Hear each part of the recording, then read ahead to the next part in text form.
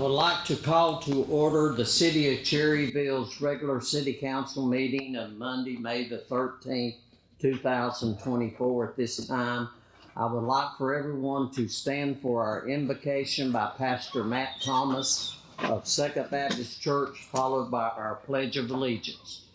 Let us pray. Almighty God, we come to you tonight with a heart of gratitude. Gratitude for your goodness, your protection this past week through the storms that we experienced. Lord, we lift up those who were affected, the damage that was suffered. Lord, we just pray for those who have much to do. Lord, we thank you for the responders, the linemen, all of those who helped to bring back power. And Lord, we just look forward to a brighter future. Lord, we pray for this meeting. We pray for each of these council members, for our mayor, for all those who serve our city so well. We pray that you would give them wisdom in the decisions that must be made. And we pray that all that is done would be pleasing to you. For it is in the name of Jesus we pray. Amen. Amen. I pledge allegiance to the flag of the United States of America and to the republic for which it stands, one nation, under God, indivisible, with liberty and justice for all. You may be seated. The first item on our agenda tonight is to approve our agenda as presented. What is the council's pleasure on the agenda approval as presented? So moved. Second. I have a motion and a second to approve the agenda as presented. All in favor of this motion, please say aye. Aye. All opposed, the same, and there is none.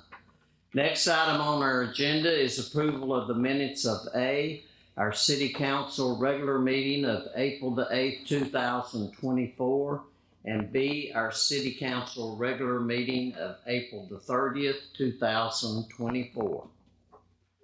What is direction of the council on approval of the minutes?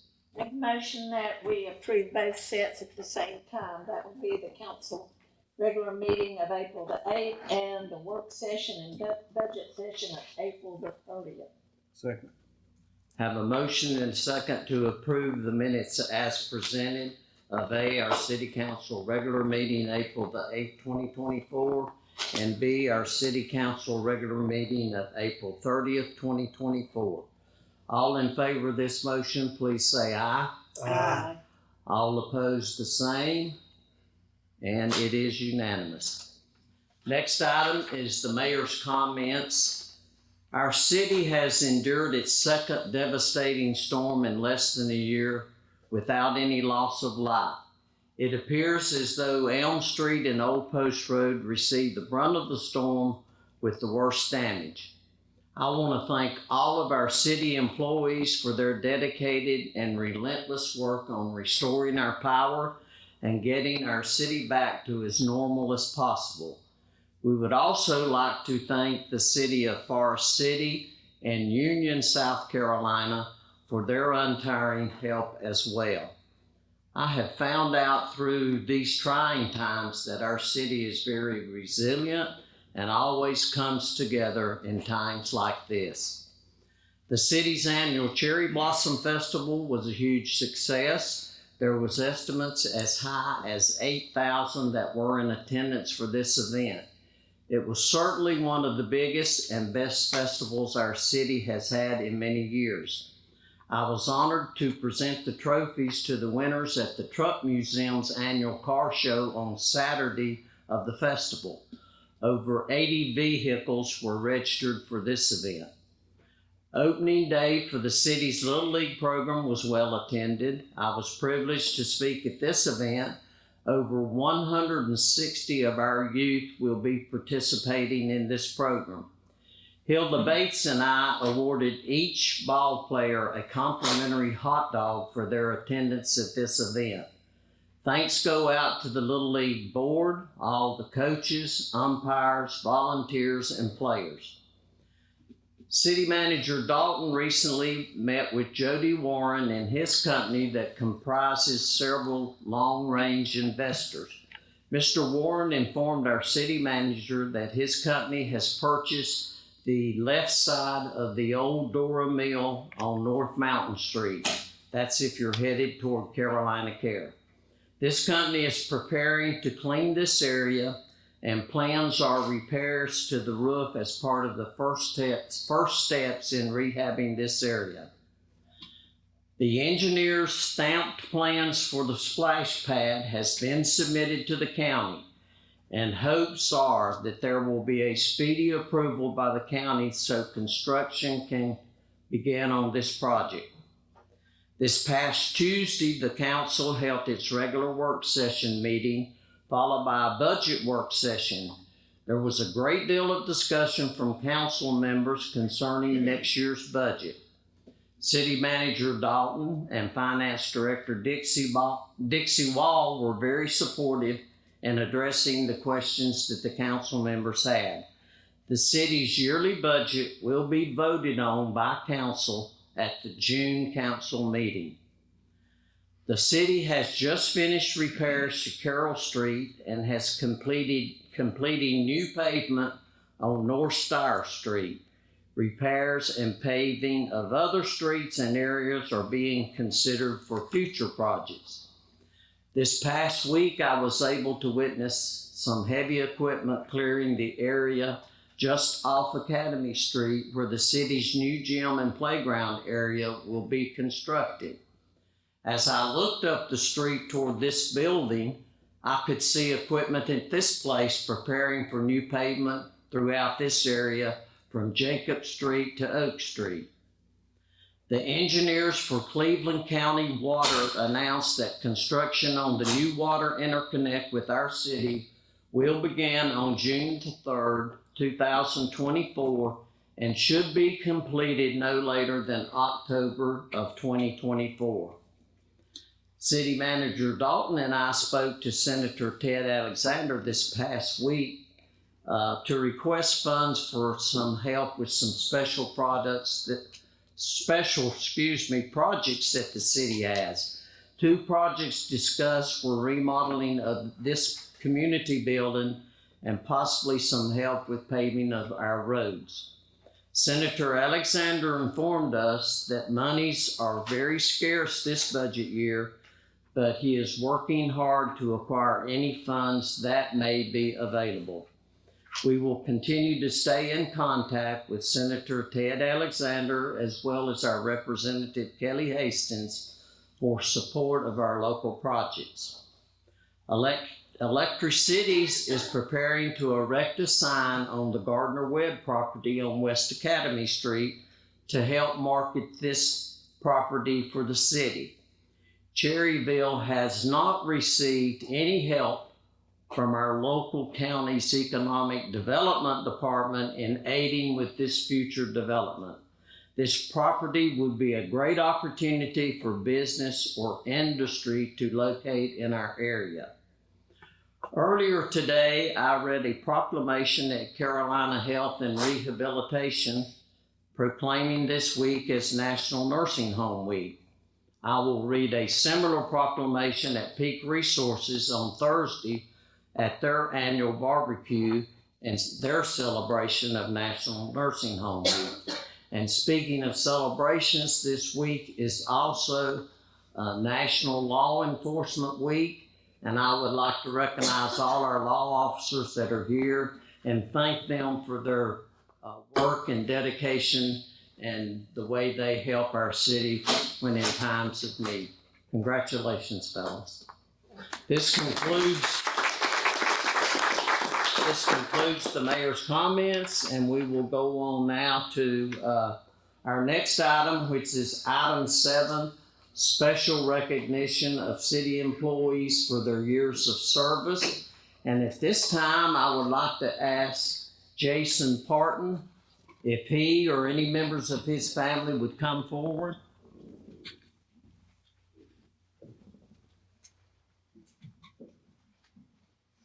How's it going, good sir? Okay. This certificate is awarded to Jason Parton in recognition of 10 years of service to the city of Cherryville. It is signed by your city manager, Brian Dalton, and Mayor H.L. Bean. Congratulations, Steve.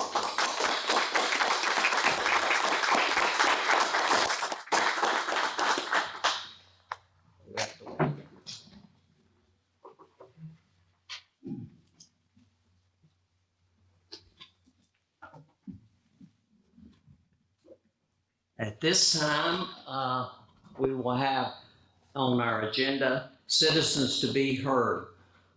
If any citizen would like to speak at this time, you may do so by coming to the podium, stating your name and address, and we would remind you that comments will be strictly held to 3 minutes per person.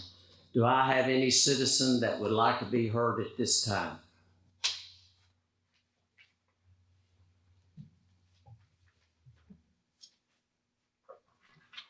This is your chance. Any citizen like to be heard? Okay, if not, we'll move on to item 9. And this is proclamation in recognition of National Poppy Day. And I would like to ask all members of the American Legion Auxiliary if they would come forward.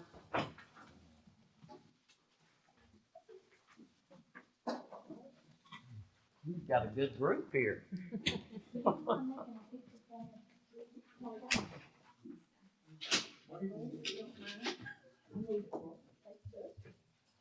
Okay, you'll be presenting it to our president here. Okay. Pulling rank. Mr. President. Okay. This is from the Office of the Mayor, May the 13th, 2024, expressing support for the designation of the May 24th as National Poppy Day in honor of our fallen American Legion Unit 100, submitted the following proclamation, which was referred to the Office of the Mayor, H.L. Bean, for review. And this proclamation reads as follows.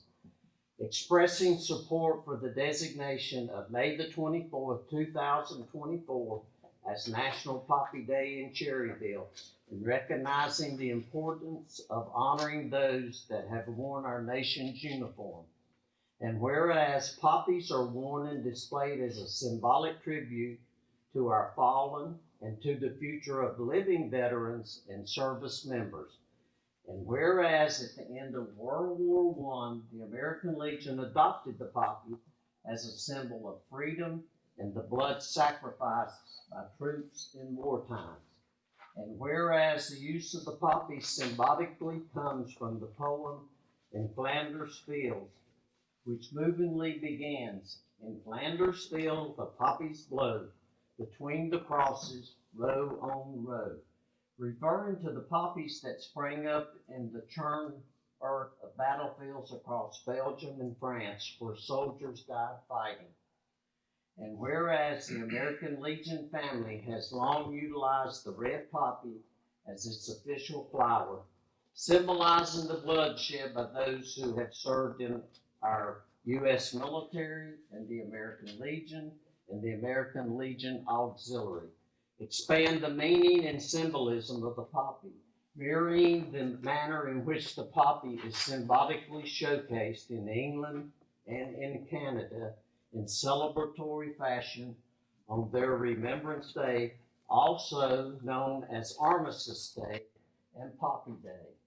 And whereas wearing a poppy will unite citizens from across the country who decide to show their patriotism. And whereas May 24, 2024 will be an appropriate date to be designated as National Poppy Day.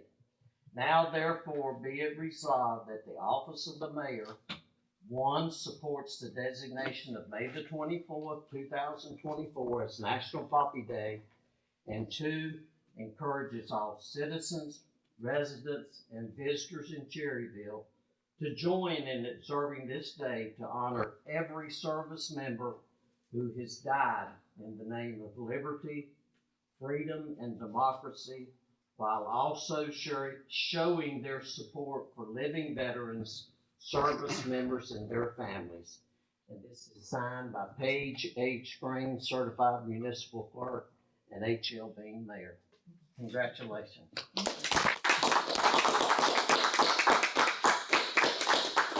Lower. Turn over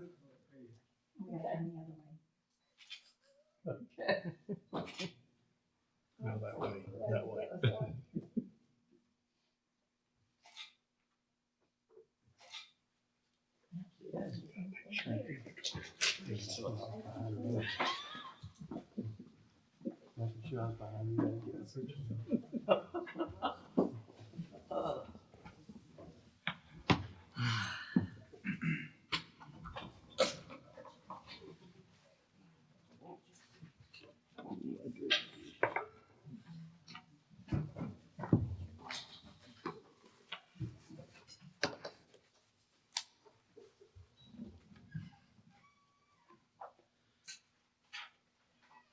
Our next item on our agenda is consideration of planning board / board of adjustment appointments. And we have our planning and zoning director, Richard Elam, here. That's page 14 in your agenda packet. Good evening. Every year or two, and this time it's been 3 years, we have to ask our members to volunteer to be on the planning board.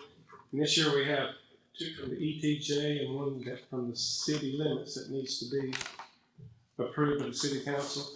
From the ETJ we have Mark Mooney and also Matthew Mooney. We're looking for the city council to approve them along with this Wade Strout from the city limits. And if we could get that approval tonight, then that way I have to relay it to the Gaston County so that the commissioners can approve Mark Mooney and Matthew Mooney at their meeting. And once they're approved there, then they're good for another 3 years. And they volunteered to serve another 3 years. And you have asked all 3. Yes. Okay. Mr. Wade Strout here tonight. Okay, what is direction of city council on the consideration of these appointments to the planning board / board of adjustments? I make a motion to reappoint all 3, Mark Mooney, Matthew Mooney, and Wade Strout.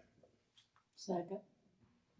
Okay, I have a motion to approve all 3 members, Mark Mooney, Matthew Mooney, who are in the ETJ, and Wade Stratt, who is in our city. Any discussion by any council member? If not, all in favor of this motion, please say aye. All those opposed, the same. There is none. I'd just like to state that their term will expire on June the 30th, 2027. Okay. Thank you. Mhm. And I guess you need to stay up there for, item 11 is consideration of amendments to our zoning ordinance. And, we would need to, go into public hearing for this. Yes. So I would entertain a motion to enter into public hearing at this time. Make a motion, we enter into public hearing. Okay, I have a motion and a second to enter into public hearing. All in favor say aye. All opposed the same. We are now considered in public hearing. We have Planning and Zoning Director Richard Elam to explain this. You will go to page 15 and it continues through page 41. Okay. 15 and 16 just highlights what all is under number 11. And it just, and what's in green gives what the planning board recommended. So we'll go to the first item, which is on page 17, which is Mr. Zachary Price asked that this permitted use of a boutique be placed into the residential office section.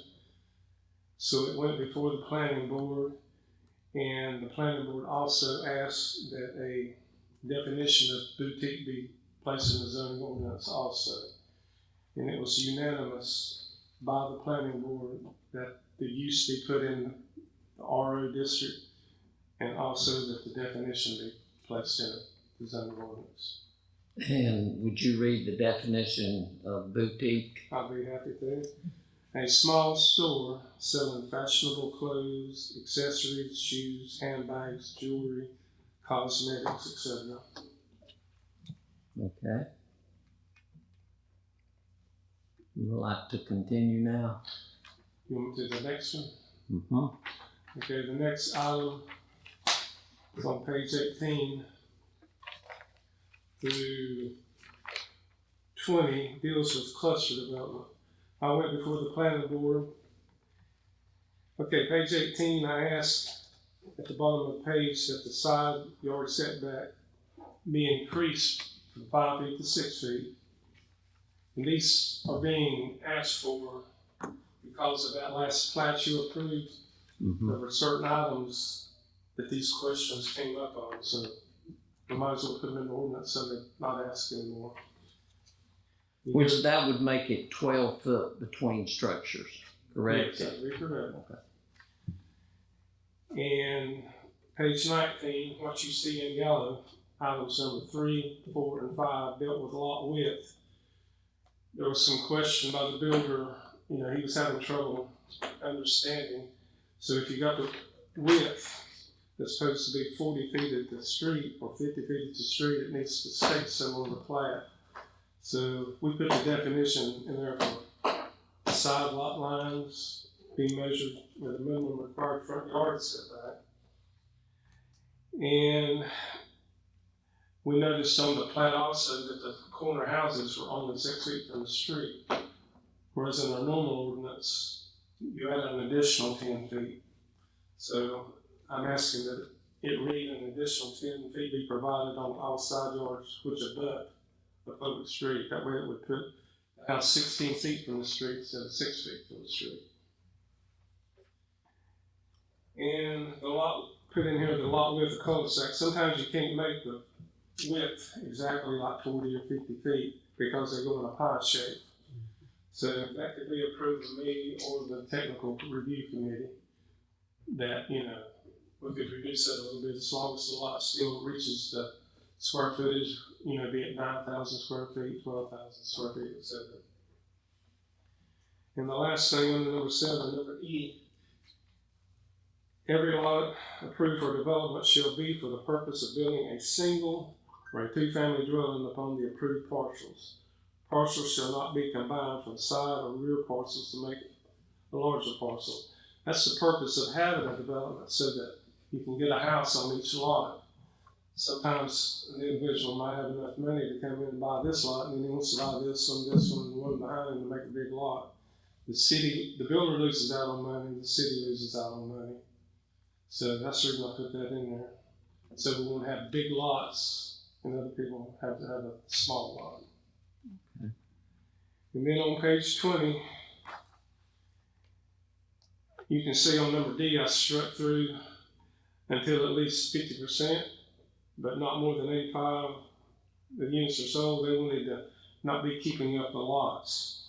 So I put a line through the 50% and made it be that 85% of the lots have to be sold before they quit helping keep the lots up, the grass, etc.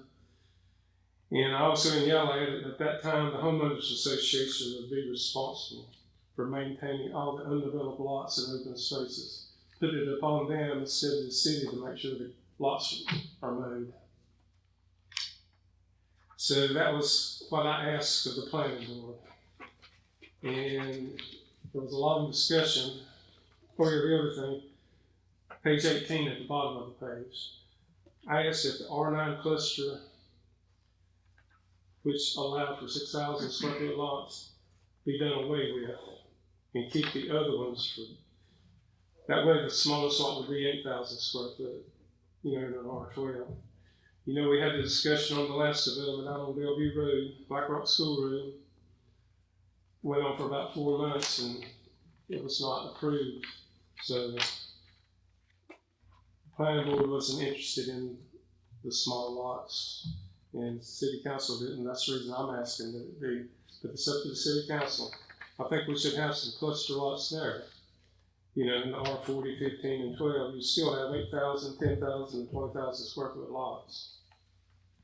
But then we got to the voting and the planning board. I had Mr. Stroud here. There was a recommendation that to do away with all clusters, and it seconded, and there was probably an hour discussion which can be verified by our city attorney, and they voted to recommend the city council to do away with all clusters, but that's not what I'm asking. But if the city council decides not to do away with the 6,000 square feet, I ask that you please go ahead and accept those in yellow, the changes to the cluster developments. I have one question back to, and I think that's page 19, about the percentage. I'm sorry, that's page 20. In yellow, you say at that time, the homeowners association will be responsible for maintaining all undeveloped lots and open spaces. And I understand what you're saying about cutting the grass and so forth. Mhm. But when did they actually establish a homeowners association? Well, they mentioned that, you know, in the last one we had. And I wasn't here for the two that's been approved before. Are they going to have homeowners associations? Yes, both developers will have a homeowners association, and my understanding is as soon as the first house is constructed, the homeowners association starts to be in place. Now, that's not something that we're in charge of or we're over. That's on them to do. The developers involved to help get that established, and it gives them some power. It looks like to me, whoever buys that first lot is going to have control over the other lots. No, it's just they have the ability to impose certain restrictions within that development that we may not have. As far as, you know, the way the grass has to be cut, the way, you know, certain things are in the neighborhood, they have that ability, not the city of Cherryville. We don't have any neighborhoods right now that have a homeowner association. Now, we do have neighborhoods or developments that had deed covenants when the development was put in place, but typically those deed covenants don't get enforced because the residents don't ever go enforce them, or they go dead after a certain period of time and they're not even enforceable. Who's gonna enforce them with the homeowners association? That's on the homeowners association. That'd be on They them. have officers like, Correct. they do have officers. Typically, they'll assess a fee of whatever it might be per month, and then they have a homeowner association, and they have meetings, they have officers, and they make certain recommendations. They write their own covenants, is that right? Excuse me? Would they write their own covenants, or have they been written already? They would write their own. Yeah, the developer would have that in play when they start the neighborhood. Okay, so the developer does that, all right. Okay, and while we're discussing this right now, I would like to get input from our council on how they feel about doing away completely with cluster building. That's never come before us before. If we approve this tonight, are we doing away with cluster building? That's not what Richard's recommending. Richard made a recommendation in this. Yeah, he's recommending we approve everything in yellow and not do away with the. Right. I'd like to see the number 6 go away. What the council can do nothing, or approve part of it, approve what the planning board recommended. So it is open. It's open. But that in yellow I really need. Was the action taken by the planning board, was it unanimous? No, there was one vote that was not in favor of it. Okay, so it wasn't unanimous. I have family that lives in a cluster development, Mm-hmm. and they like it because one of the things I've seen over the years that has been changed is how they control the speed in there, or different things they're doing. You don't have fast cars, you don't have, and plus all the property looks great. Everybody is forced to keep everybody's looking the same. And even the entrance ways coming into it, they're beautiful. They're stronger than the city. It is. If if we do away with it, we're going backward. The cluster developments are the future. Right. Most towns around here that have been developed have cluster developments. You go to Huntersville, Mooresville, any of these towns that have been highly developed, they're going to cluster. If we don't, people aren't going to be able to afford to buy the lots or the homes because they're getting so expensive. Millennials now don't want big yards. They don't want I know. all that to take care of, and Like I said in one of the other meetings, people want to go to work, come home, sit in front of their TV. They don't want to work in the yard. They like the smaller lots now. And I'm gonna give you an example that everybody has probably witnessed and been by, but if you go to East Lincoln High School, directly across the road, you have that development called Trilogy. It's a 55+ development. It's a cluster development, but it is extremely high value homes. I mean, all homes are over $500,000. They've got a clubhouse and Yeah. it's really nice. I don't think you ever want to take that tool out of your toolbox. Right. You want to. no. Well, is anybody gonna speak from the planning board to say why they? Well, Okay. It's a public hearing, they can speak anytime. Yeah, I agree with Councilman Freeman that I would like to see restrictions on the cluster building, maybe say 8,000 square foot would be the minimum. Or maybe even 9, maybe. We've already approved two developments that have 6,000. I think it's crazy to go backwards and say now we're just going to allow 8,000. People don't want big lots; they want smaller lots. Are these cluster developments, which residential districts are they gonna be allowed in? Any residential district? Yes. They will be allowed in any residential Right. district. Like an R40 would get to 20,000, R15 to 10,000 square feet, R12 would be 8,000, and the ones that they went for to approve the other night was R9 to go from 9,000 square feet to 6,000 square feet. Page 18 lays that out. Yes, yes. Yeah, I see, I've got that right here in front of me. I Thank you. see if we don't restrict certain things, I can see developments, well, like Dewey Beam Estate. They don't have any sidewalks, curbing, or in there. How was that allowed? Right. That's part of that next section, number 9. Down there across from Moss Metal. Those houses in there, same way. There were a lot of those built in there without sidewalks, curbing, or anything. Some of us have backyards that are overgrown because they don't maintain them. They've got too much land. Okay. I know in the one at Black Rock School, we turned them down from the 6. Yeah. And told them to come back with something else. So what if they are in the process of putting something together to come back to us? They still own that property. Right. But they can't come back for the R9 and 6,000 for 1 year. Right.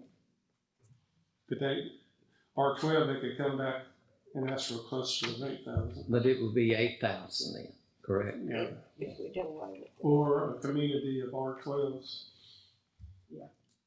Okay. Well, I definitely agree with striking the 6,000 and going to the 8,000 minimum. But we will still I have like some that too. control. We will still have some control if somebody owns a large tract of land that's zoned R40 that maybe has already been developed partially, and they want to do a cluster in a R40 on remaining vacant land. We will still have some control Yeah, over that. Let's go through the process. It has to be at least 10 acres. After Right. he goes through each one of these, then it'll be opened up for public speaking. So, And you have the special use requirements, they still have to apply for the special use So permit. the cluster is a special use? Yes, Thank you very much. That explains it. That explains a lot. Thank you very much. Right, it goes to the planning board to see the plat, then for their recommendation on the special use permit, then it comes through the same process of the city council. Thank you. Thank you. That answers a lot of my questions. Yes. Okay. Ms. Hovis, if you look on page 18 under I'm on 18. Part B there, it talks about where you have to have a special use permit. Thank you very much.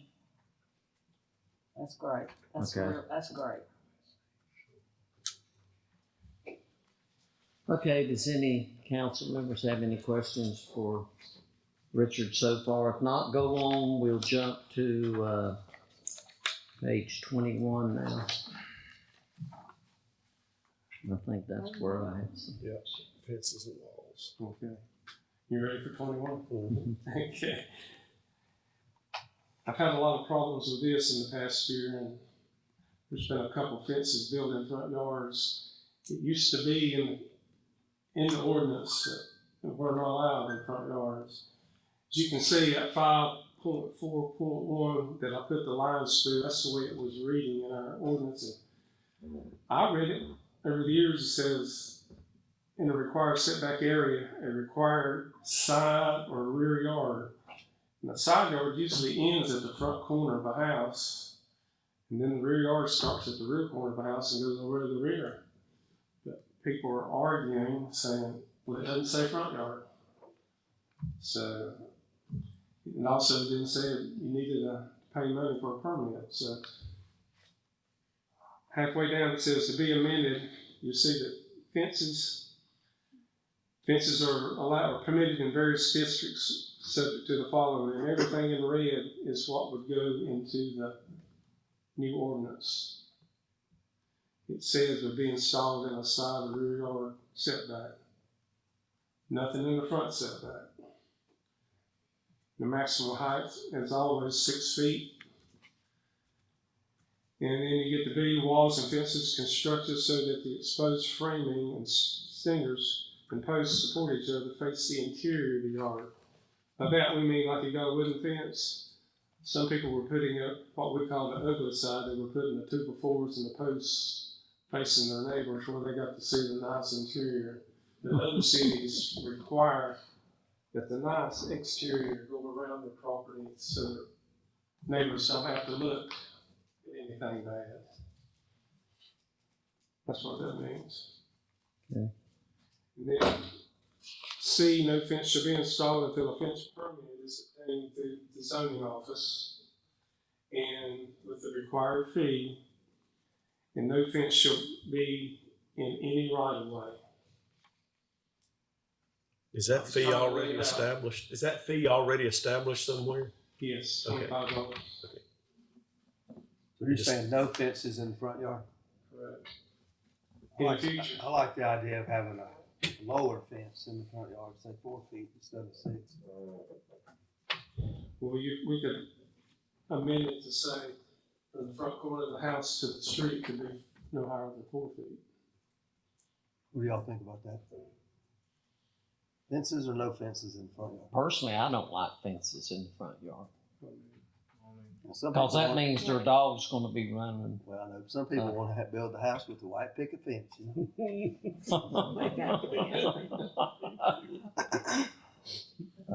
Well, it's open for discussion. We do have a few in town with fences in the front yard. Yes, we have a lot. Hey, my mom has one. Just But throwing it I out think there. what he's She's doing got is, she's got one higher than 6 feet. I think what he's doing is house cleaning here. So that we Yes, don't yeah. face this in the And future. that's We right. need to make a Smart. definite decision of what we want and what we don't want. I think that's what Richard's trying to do, is sort of clean up the ordinances. Yeah, just sit where you live and everybody's got a 6-foot fence all the way out to the edge of the street. I don't like that either. Not very nice. But that's what I would like on this one. Okay, you may continue. Yes, sir. 22 through 35. This is the section that was deleted from the City of Cherryville zoning ordinance, July 8, 2002. I won't name many names or anything, but certain members on the planning board were builders, and this takes away, puts costs on the city. But what we're trying to do is put it back into the ordinance so that the ordinance is more planned. It puts standards and it saves money to the city, and puts the cost back on the builders. If you've read through the whole thing, I can't go into it right now, all of it, but it was there, it was approved by the planning board before, and then approved by council. Then these builders on the planning board had it removed. That's the reason you have some developments with no curbing, no sidewalks. And this helps put it back in there. But you're not making any changes to I any didn't of make that. one change to any of it, You're just putting it back in. putting it back in Okay. as it was worded. And it doesn't conflict with anything we already have on the books. As our city attorney agreed that many places through our zoning ordinance were referring back to Part 11 and it wasn't It there. wasn't there. Okay. That's a good thing. And the planning board was unanimous on this, that it needed to go back in. And I wanted it back in 10 years ago, because of different folks. But it'd really be good to get back into the manual, the ordinance.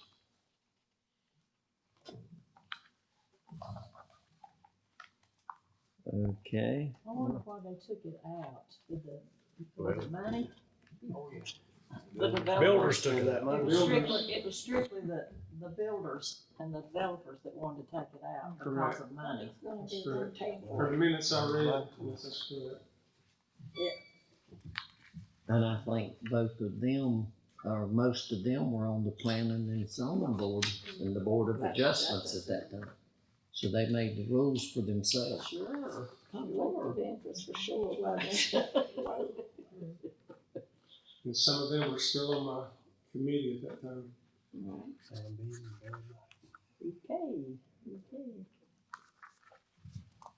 Move on to the next one, sir. Yes, sir.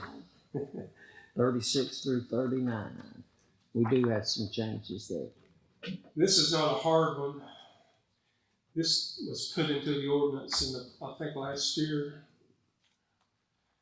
It deals with non-residential building designs in B3 and GMC. And all of it's really, really good except for parts of it that applies to the GMC. If these were in place, we wouldn't have a modern parlor, for example, it was making them put brick all the way around the building. Excessive cost. So I'm asking like 5.10.2 applicability in GMC zoning districts that it not apply in GMC zoning districts. Materials and colors, you can see in yellow, what's in yellow would be added.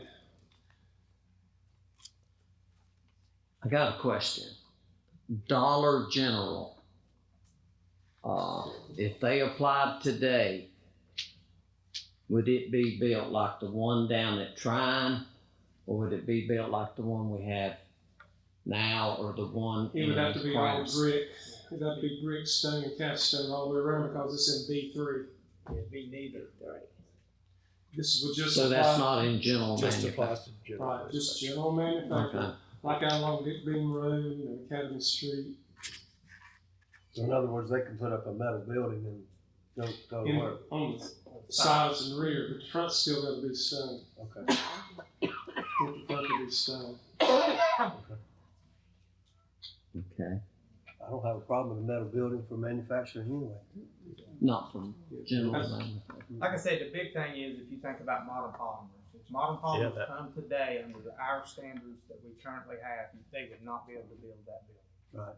And that's not something we want to do. I have two companies waiting now to hear the answer on this tonight before they apply for zoning permits.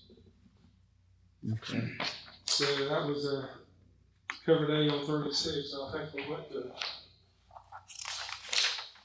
page 38, sidewalks. Sidewalks would apply in B3, et cetera, but they wouldn't apply in the GMC zoning districts. Imagine building a new building on Dick Beam Road and just that 200 foot sidewalk in front of it. Right on the Academy Street, that one building's got sidewalk in front of it. It's an unnecessary cost to the builder. And it scares them away.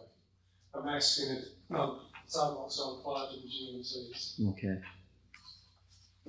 And that's that little bit, just GMC in that district on the 4 pages. That's all. What's in yellow?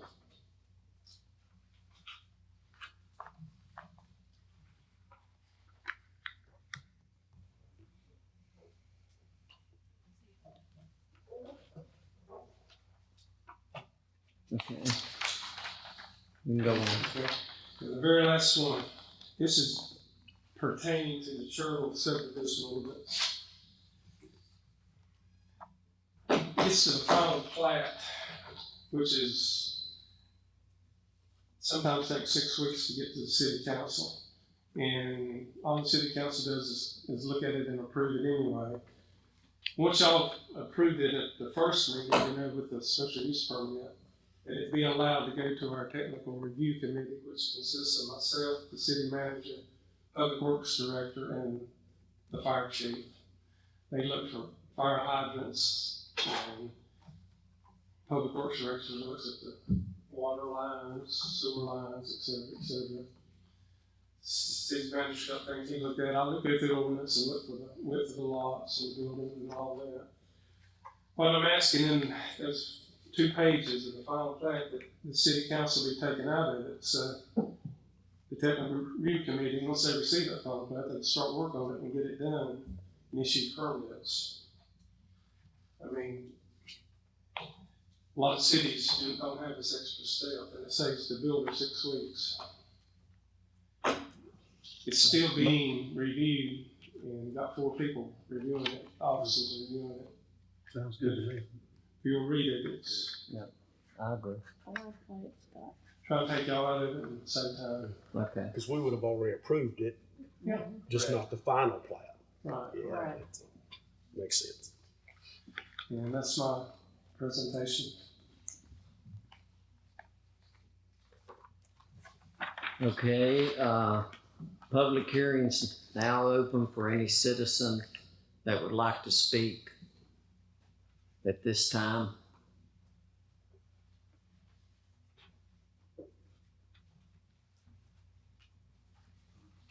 I'm Wade Straub. I live at 101C South Elm Street, and also I'm a member of the Planning and Zoning Board, and thank you for reappointing me this evening, although after that presentation, I don't know what I'm getting into for another term. It certainly is a lot to digest. First of all, is council going to take action on each of these items individually? I would hope. I would think so. I think Okay. that's the plan.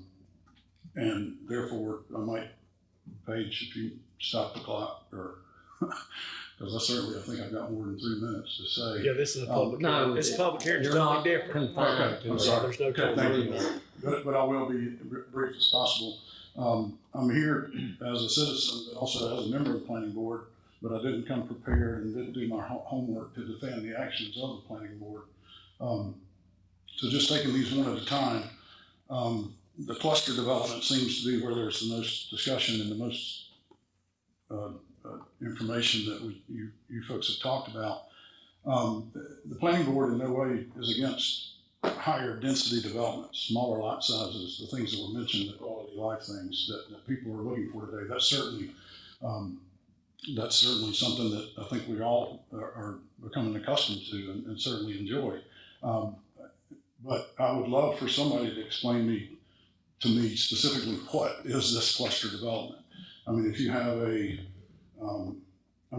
pertains only to single family homes, so the multi-use, multi-family, townhome type stuff, this doesn't come into play anyway. It's a special use of the zoning ordinance anyway, so if a developer has an R15 tract of land and if they're wanting to go the cluster development route and go to the R12 cluster and take it to a 9,000 square foot lot instead of a 15,000 square foot lot, for example, and I'm talking off the top of my head. Mm-hmm. I never have understood what the cluster development gives them. It's basically a kind of a special use rezoning. Why don't they just apply for a rezoning from an R15 to an R9? And they achieve the exact same results. So anyway, the cluster, and all due respect to Mr. Elam, as the presentation was being made, it was not really brought out the fact that the Planning and Zoning Board, even with not unanimous but one dissension, requested that the council consider removal of cluster developments, period. He said that. Well, he said that, but he's making a recommendation to you that this is what I want to do. Oh, and by the way, the Planning and Zoning Board wanted you to do away with the whole cluster development. I don't see that in the notes. I'm not looking at the full agenda items that you folks are, so my apologies on that. But I think that's on page, oh gosh, I just lost it. I think it was 14. 14, 15. But be that as it may, I think you're considering something that the planning director has brought you, and that's within his purview and certainly your purview to entertain that. But I still think it should have been more merit given to the fact that we did have an hour discussion about this, and we were all but one vote in agreement that the entire cluster development section should be done away with. And again, to my point, personally, if a developer has a larger tract of land and it's zoned R20, R15, R12, and they want to put smaller lot sizes, smaller homes, smaller setbacks, why would they not just apply for a different zoning? What's the purpose of the cluster development? You're basically, that's what you're doing in the one that you did support the planning board on, going from R12 to the R9 cluster or whatever. You were cutting the lot sizes in 6. That's what they're leaving a lot more green space. They weren't developing all the land. Understood. And to another point, if you would, the planned residential developments, the item E that we're talking about, that was removed in 2002, and I'm glad it was brought out of who was kind of the general population that was behind that removal. It was builders for their advantage, because that, and I was mayor at the time, but in 2000, the planning and zoning ordinances were chopped apart from top to bottom. We had a citizens committee, we had the planning board. The planning board was involved with those changes, as well as the council at that time. That's when this planned residential development section was added, with full agreement from the planning board. But 2 years later, the planning board takes it out. So that begs the question of why, and I think you answered that tonight. But now here we are 24 years later from when we did a full scale revision of our planning and zoning ordinances, and nothing's been done since then. It's all been piecemeal, it's all been ad hoc, as Richard can certainly speak to. He's had to go back and find when certain items were changed and certain things are not. So we've asked, the planning and zoning board has asked twice in my tenure, which has only been about 6 or 8 months, we've asked twice that the council consider an entire revision of the whole ordinances. So I personally think if you really look at and study the planned residential development section that was taken out 21 years ago, if that's implemented, I think that answers a lot of the questions about the cluster developments, because it allows for the townhomes, the multifamily, single family homes, duplexes, the whole 9 yards, but it also gives very strict guidance as to what's done in this development, to the green spaces, to the amenities, to the setbacks, to the sidewalks, to whatever you want it to be. And you can certainly change that much more than maybe we changed it 20 years ago. But it just looks like we're throwing a lot of stuff up against the wall and see if it sticks, and that just doesn't make any sense to me. So maybe going to leave the cluster development in. We may or may not put back in the planned residential development. In the bigger picture, we're all talking about the same thing. What does the city of Cherryville want in future development, period? Do you want to be strict with it, or do you want to be loose with it? And that's your decision, right?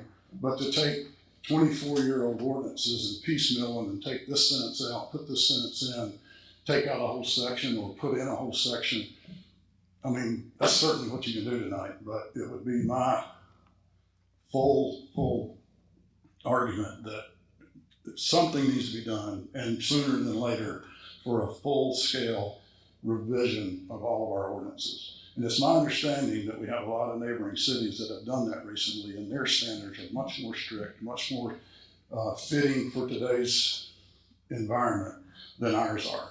So I would suggest that. And one final question, and it actually just was asked to me by Rick Shaw, and I'm sorry that I can't answer it, on the fences or walls permitted.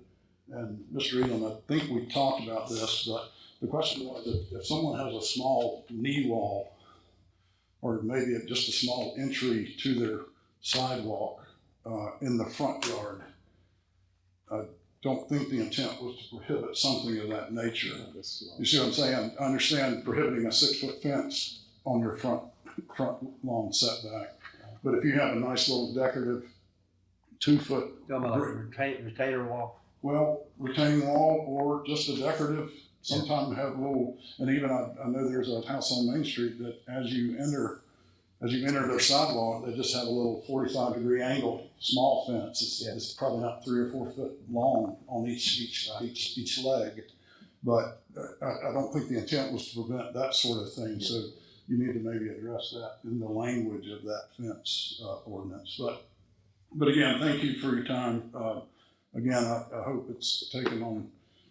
And if there's any questions from what the planning board had and done, or any questions to me, I'd be happy to answer those at this time. Wade, on section 6.5, which defines cluster development. Yes, ma'am. Did the planning board go through that and to see that that was something that was needed that maybe was not in the planned developments? Well, I don't know that we talked, I think we talked about it more maybe as, and certainly in my mind, it speaks more to if the planned residential development ordinance section was reinstated. Okay. That would answer some of the questions that have come up since the cluster developments. Because the cluster developments were not in 2000. They were put in at some point in time since then. So, but this definition that we currently have speaks to utilities and streets in a cluster development. That maybe it would a cluster development would require maybe less utilities, less streets, and would save maintenance costs in the future. Yeah, perhaps you're correct, Ms. Otis, and but again, I think it was our intent that if the city, not we, if the city has a strict guidance on any plan development, any neighborhood, whatever it be, if it's R12, R15 single-family homes, or if it's all townhomes or multifamily, we feel that there needs to be guidance on that, and it needs to be consistent. It really doesn't matter if it's a multifamily area of town or a single-family area of town. As far as aesthetics and green spaces and open spaces and amenities and sidewalks, et cetera, that should kind of be consistent. Now, it would be obviously scaled to that particular development. That small multifamily versus a large R15 single-family home development would be scaled, but you still have those standards that every builder needs to adhere to, in our opinion. So, I'm sorry. Sure. That's where I'm getting a little bit confused because I feel like our ordinance does address those issues. Like a development, that's considered a planned development is, 20 or more homes. So it says, hey, the developer is responsible for the streets. The developer is responsible for the water and sewer. The developer now has to put in a sidewalk, all those things. So that's where I'm getting a little bit confused on where our ordinance doesn't address those issues. Because I feel like they do. Well, so the ordinance now addresses everything that's in the section 11.1 that was removed in 2002. No, section 11 brings those back. Correct. Brings a lot of that stuff. Well, I don't know, because I can not sit here and say I know all this stuff verbatim. But in my opinion, and in the planning board's opinion, the section 11.1 planned residential developments ties all of that together. Now, there may be other phases of the current ordinance as it stands that requires them to put inside or doesn't do this, but the planned residential development is more, I think, a more consistent across the board. This is what Cherryville wants to see, Correct. whether it's single family, multifamily, whatever. So it ties it together in one place. Now, aside from that, people can still ask for special uses, or they can ask for rezonings or those sorts of things. So again, And I that's the still thing. never had anyone explain to me what the cluster development does. Well, it allows for more homes and less area. I mean, that's the big thing. Okay, I'm a builder and I've got a tract of land that's currently R15. Why would I not just apply for an R9? Well, because R9, if it's just a regular R9, you're gonna go to 9,000 square foot lot. They're trying to go to 6,000 square foot lots. Okay, because we'll they're gonna apply get. for R6 or We don't have whatever. one. And then, Taking that out. well, okay, and again, that brings up a very salient point, you've taken it out, because at some point, we might be all in agreement, maybe not, that 6,000 square foot lots in the single family development is just too much. Okay, we'll specify that in your zoning ordinance. It's already in. We already have two huge developments approved with 6,000 square foot. Understood, but I think we could agree to disagree on that point. No, it's in there. We've already approved two. Understood, but is that what we want in our future arterial? We want high density, 600 homes packed on a line. And it goes back to my point too, of the one that was approved on Rickway Road. That developer could have started his project at, I don't know what it went from. He could have put in 400 home sites without doing a thing, without coming here to do anything. But the city let him put in 600 home sites. Is that what we want? I won't, but some people want it. But that's, again, that's the purpose of the planning and zoning ordinance. It's not what I want, it's not what you want, Mr. Freeman or Mr. Bain, Mayor. It's not what we individually want, it's what the city of Cherryville wants. So if we continue to go back and forth with, we have an established tract of land that's R12, they can do whatever they want to within the R12 zoning. But if we're making it easy to do an R9 cluster, which gives them 6,000 square foot homes, but we've said we don't want 6,000 square foot lots. But we're going to give you a back door to do that. That just doesn't make sense. Make the zoning ordinance reflect what the city wants and make it consistent. And then it's easy. It's easy on everybody. It's easy on the planning board. It's easy on developers. Certainly easy on the council, that you don't have these continued conditional use applications and that sort of thing. Special permit. Yeah, so. issue. In a lot of cases, it's not easier on the developer because he can't make as much money. And is that the city of Cherryville's concern? Well, if they, Are we here to be concerned with what the developer's final profit's going to be, or are we here to develop what the city of Cherryville wants to we see? don't allow them to do that in some cases, they won't come in and develop Again, because they can't buy a piece of property. And excuse divide me, it I'm into gonna enough sit lots. down. I'm gonna sit down. We can argue about that point all day long. What does the city of Cherryville want to see and be when it comes to planning and zoning? Planning and zoning is never fun. You're telling somebody else what they can do, what they can't do. But if you're gonna have a planning and zoning ordinance, why not make it conducive to what Cherryville wants to see? Thank you. How are you gonna decide what Cherryville wants to see? Again, Mr. Freeman, with all due respect, that's why you five were elected, to sit where you're sitting and make those decisions. But I think that's what they're trying to address now. In fact, we just turned down the guy that was wanting 6,000 square foot homes. He's now in the process of regrouping, and maybe we'll come back to Richard with the new plan. We don't know that, but, and that's why we're doing away with the 6,000 for the future of the cluster building. He pretty much told us when he was here last time, he can't do that and make it profitable for his company. But I still believe he'll come back with another plan. Again, with all due respect, that's, as elected officials for the city of Cherryville, that's where the concern should be. Not with developers, not with outside interests wanting to come in and change what we want to be. But another point, again, I'm a little bit concerned that the emphasis of the planning board's vote to remove cluster development altogether has maybe been skirted past and not taken seriously in this consideration. Thank you. What I believe is that we should let the fair market dictate what the developers can do. Like they said before, if they build 4 of those homes and they don't sell, they won't build anymore. The fair market is what needs to be. I apologize. I am going to sit down and shut up after this. If that's going to be your stance, then do away with the planning ordinance altogether. If fair market's going to determine it, just let anybody do what they want to do. We have to have That's some not the standard. purpose of elected officials when you have a stated planning and zoning ordinance. By nature, that's what you're doing with that ordinance. Can I ask one question or two? If it's an R12 waiver, that's the 8,000. So if it didn't even have the name cluster tied to it, if it's R12, they're going to have the same square footage, right? No. What does that change? If it's simply an R12, it would be a 12,000 square foot lot. If they apply for an R12 cluster development, it would go to an 8,000 square foot lot. Or they could It apply says for an R9. minimum. And go to a 9,000 in the standard ordinance.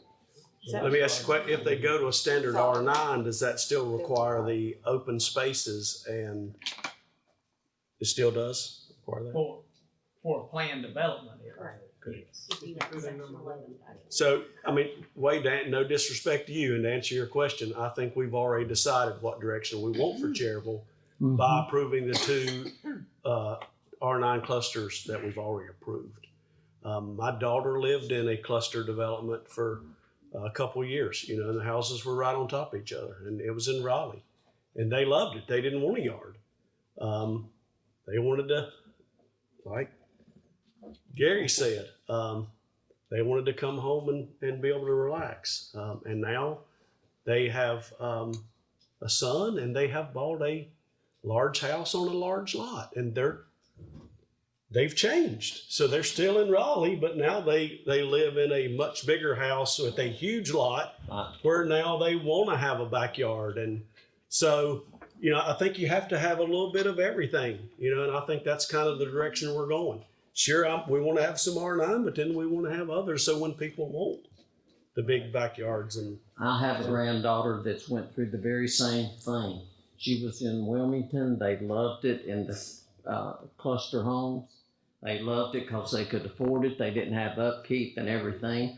But as they've saved money and all, now they've bought a house. They moved into town where they have 1.5 acre lot and a bigger house. So I think you go through those stages with your marriage or with the way you feel about things. Yeah. I think your mindset changes as you mature, or whether you just make more money.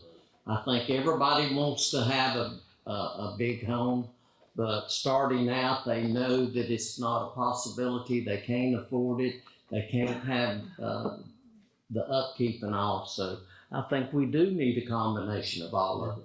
And the cluster home is an upgrade from an apartment, The one thing I like about it is having the sidewalks to where you see people on the sidewalks and not out in the streets. And like out in Dewey Beams, if you're walking, we're all having to move and dodge things. There's no sidewalks, there's no curbing.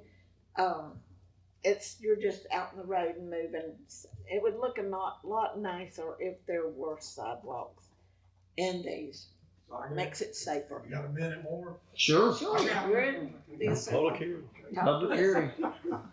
State your name and address. Okay, I'm Sid Strap, and I'm at 207 West Academy Street, and I swore, there really was no need, but I listened really intently about this, and I'm just going to give you my 2 cents worth. What I get out of this, because I was back when those other 2 developments, is I sort of do question. I mean, are you really all?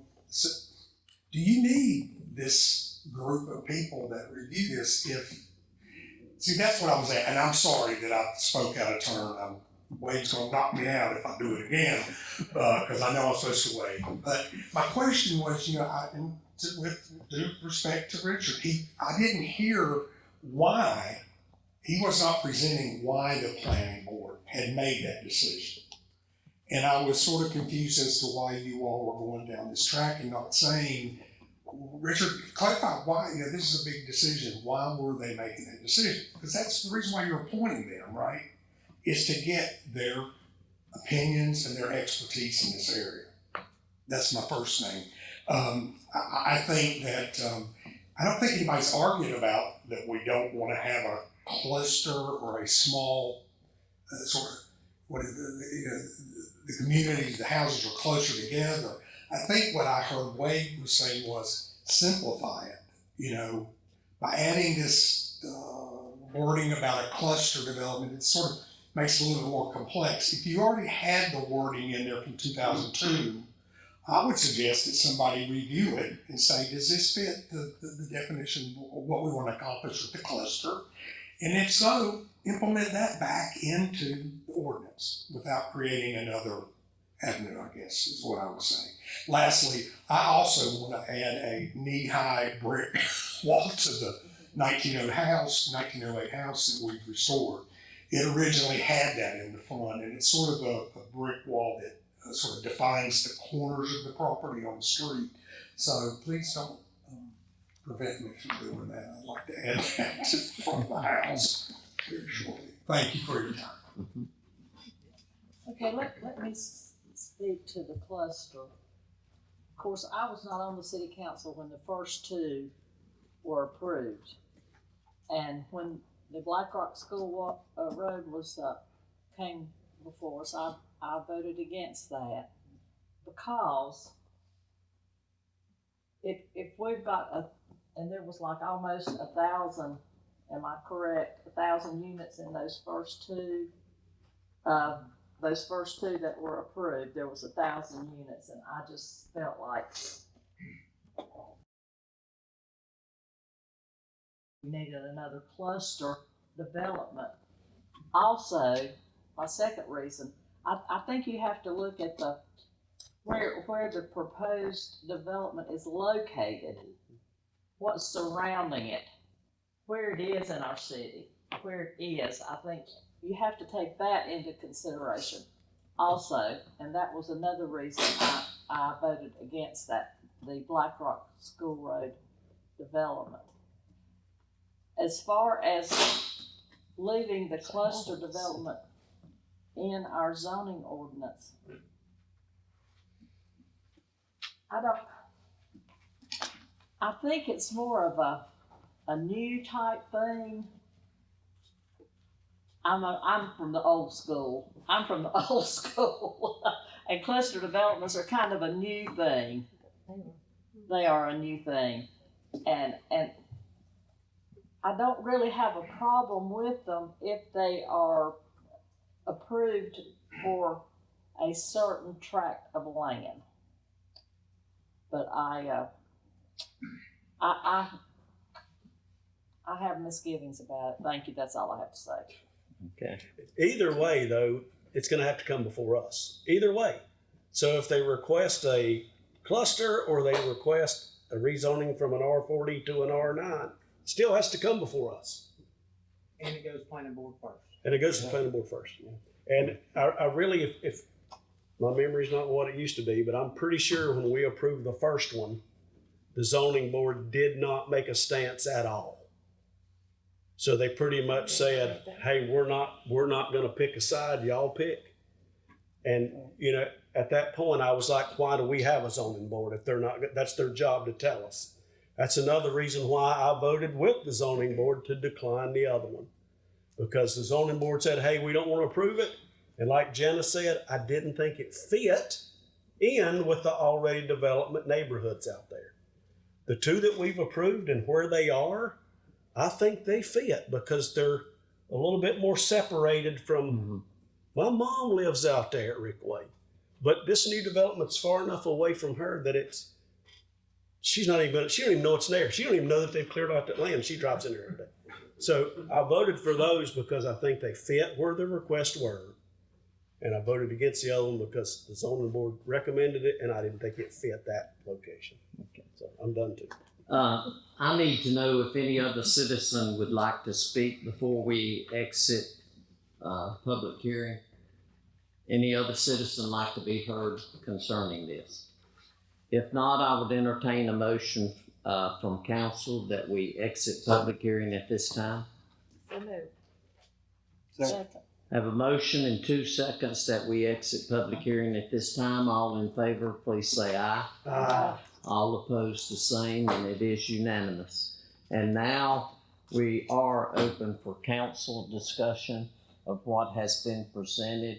And I want to thank Richard for the work he has done. I always think we need to continually look at our ordinances to see if there's any way we can improve them in any way. Thank you for the work you've done, Richard, and not just sit over there and draw a salary and not worry about what's going on with the city.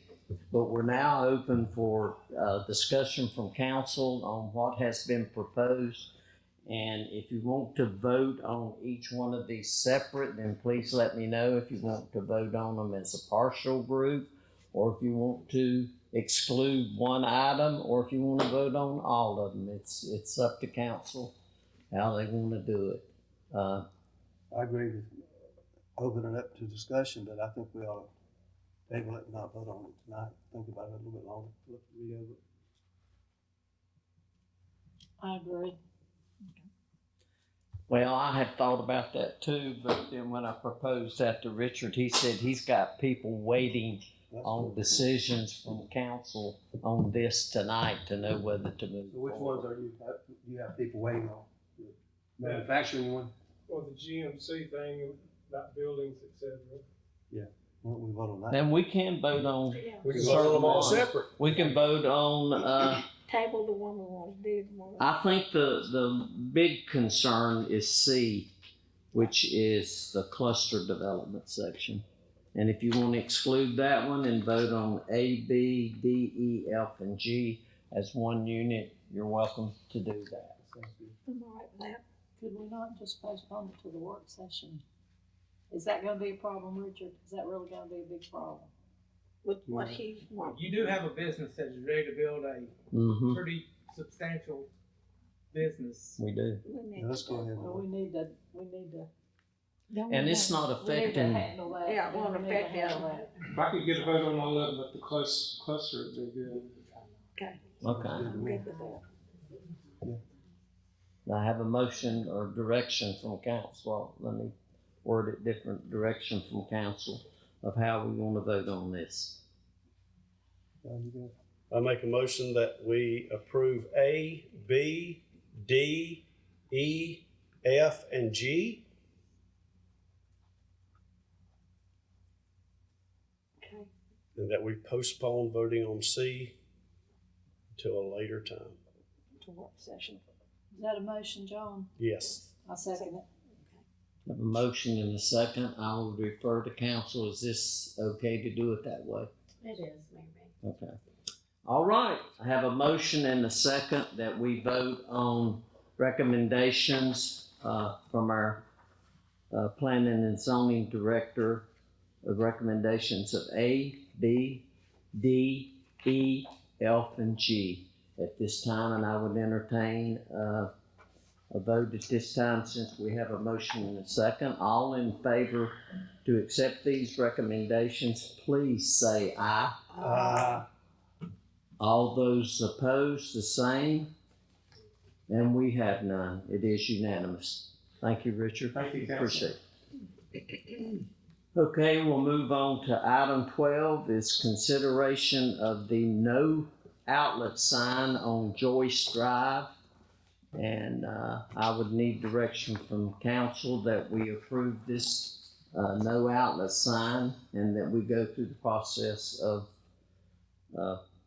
establishing that and constructing that and placement of the no outlet sign on Joyce Drive. Does everybody know where that is? That's Yes. down in Westgate. Did you One speak block. to? Yes, Mayor Boone, yes. I Okay. did speak to Connie and Emed both that live on the corner. Okay. And they did have no problem What sign whatsoever. been in there? Because it will be in their yard. That's right. On the corner. It'll be on the corner. Chief, do you wanna say something? My suggestion would that sign be a dead end sign instead of a no outlet. Because normally with a no outlet, when you go in, you've got multiple streets. That street is a complete dead end. It has is. no turnaround, it has nothing. Yeah. So if you could change that. It's word just a to different dead, meaning, technical meaning, but dead end's it would fine. help us out, and I think it would. That's You fine. okay with Yeah. that, James? I Okay. like that one. That's fine, that's fine. Okay, you wanna put that in the form of a motion? Yes, I will put that in form of the motion that we Install. place a dead end sign at the corner of Joyce and Colonial, is that Colonial? Yes, yeah. Okay, that's my motion. Second?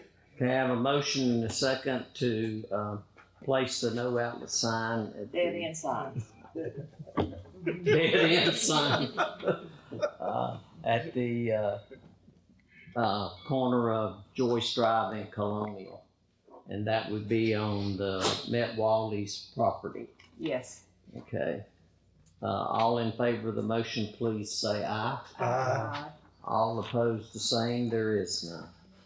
Okay, we'll move to item 13. This is consideration of an audit contract for fiscal year 2024. And City Manager Brian Dalton will lead us through that. It's very lengthy, and that's pages 42 through 50 in your agenda packets. Yes, Mayor, Council, as you well know, Butler and Stowe has performed our audit for the past several years. I think we all agree that they've done a great job for us. And if you look on page 48, the price is roughly about the same. It's about $56,000 for this year's audit, and that's including the financial statement preparation and everything. And we just need to get approval to have them start this process here in the next month or two. Okay, that's 47,700 and 8,650, right on it, 56,000. Okay, any questions on the consideration of adopting the audit contract for fiscal year 2024? Yes, Brian, is the cost, is that subject to change, or is that gonna be a firm price? I would say it's firm, but you mean change up or down? Either way. I would hope down, but. If you vote for it and you recommend this contract, it will be that. Exactly. Okay, I didn't know if something, another fund or something caused it to go longer than it normally would. So they will stick to the 56,000. Yes, ma'am. Okay, that's good. I'm good with it.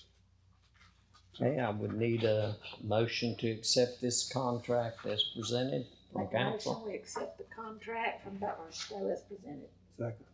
I have a motion and second to accept the contract as presented by Butler Stowe for our audit contract for fiscal year 2024. All in favor of this motion, please say aye. All opposed, the same. There is none. It is unanimous. Item 14 is consideration to set a date for public hearing, and this is for our annual budget, and that would be on our June 10th meeting. I would need a motion from council to set that date. That will be our June council meeting of June 10th, where we will have the public hearing for our budget. Make a motion, we set a public hearing for the budget from June 10th. I'll second that. I have a motion and a second to set the public hearing for our 2024 budget for June 10th, 2024, which will be our regular next council meeting. All in favor of this motion, please say aye. All opposed, the same. There is none. Okay, we'll go to other business. At this time, do I have any other business from council? Yes. So I think you've already mentioned it. I want to say a big thank you to our city employees. Y'all, instead of saying it's not my job, I think they all stood up and said, what can I do? You know, I saw people from other departments out there cutting trees, working on things. So thank you, city employees. Also want to give a big thank you to First Baptist Church, especially the Scott Harrell Sunday School class. We have a group message. Message goes out, hey, we're heading to Johnson Drive. There's a tree down. Well, that's in my backyard. I walk back there. There's 7 guys already there with chainsaws. We removed that tree completely from Johnson Drive. Scott Harrell called Brian Dalton. Brian said, all right, head to Elm Street. We moved up to Elm Street after we sent out another message. 8 more folks met us up there. We had about 16, 17 people. We removed 2 trees from Elm Street at no cost to the city of Cherryville. So big shout out to Scott Harrell's Sunday school class. I do have poison oak, but I'm not going to send in my calamine lotion. So does my son-in-law from the same thing. But y'all, I tell you what's good to see. We had a gentleman bring his entire family, and Tyler Beam, his wife Katie, and his 2 small kids are out there jerking limbs as fast as us guys were. So I mean, what a better witness to. And Tyler said, when the message went out, he was on his way home from work, and his son Noah called him and said, "Dad, we're going, aren't we?" I mean, that gives me cold chills. So That's fantastic. I was at the command center at the fire department, and city manager was there also when Scott and his crew came in, and we had a whiteboard up there, probably 25, 30 items that needed to be addressed, and they walked in, and the first thing they said, "Where do we go?" And they looked and they said, "Oh, that one up there, mark it out. We cleared that one. Mark this one off. We cleared that one. Mark this one off." So yeah, and I had a guy in my Sunday school class, Jason Gibby, and he said, "I got a call and got blessed out because I was out of town and couldn't be there to help him." So he said, "I got a message from Scott. You need to be so-and-so. We're doing cleanup."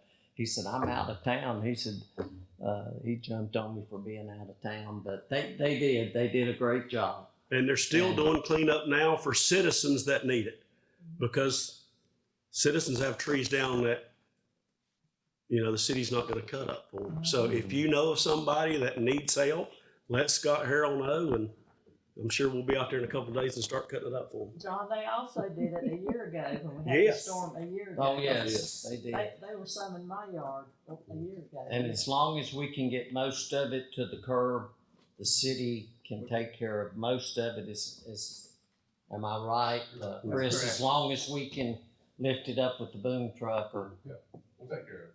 we'll take care of it. But it has to be out of the curb. We can't go on private property. Let me say this also, Mayor, Council. You mentioned Union, South Carolina, and Forest City. They came in and did a great job for us, helping us with electrical. But today, Todd Herms from Maiden, their city manager, he had reached out to me. He sent a boom truck with employees, and helped our guys with cleanup today. So we've got a lot of help from around the area. That's great. I just want to say Maiden stepped up, and he's gonna probably send them again tomorrow if it doesn't rain too much. That's great.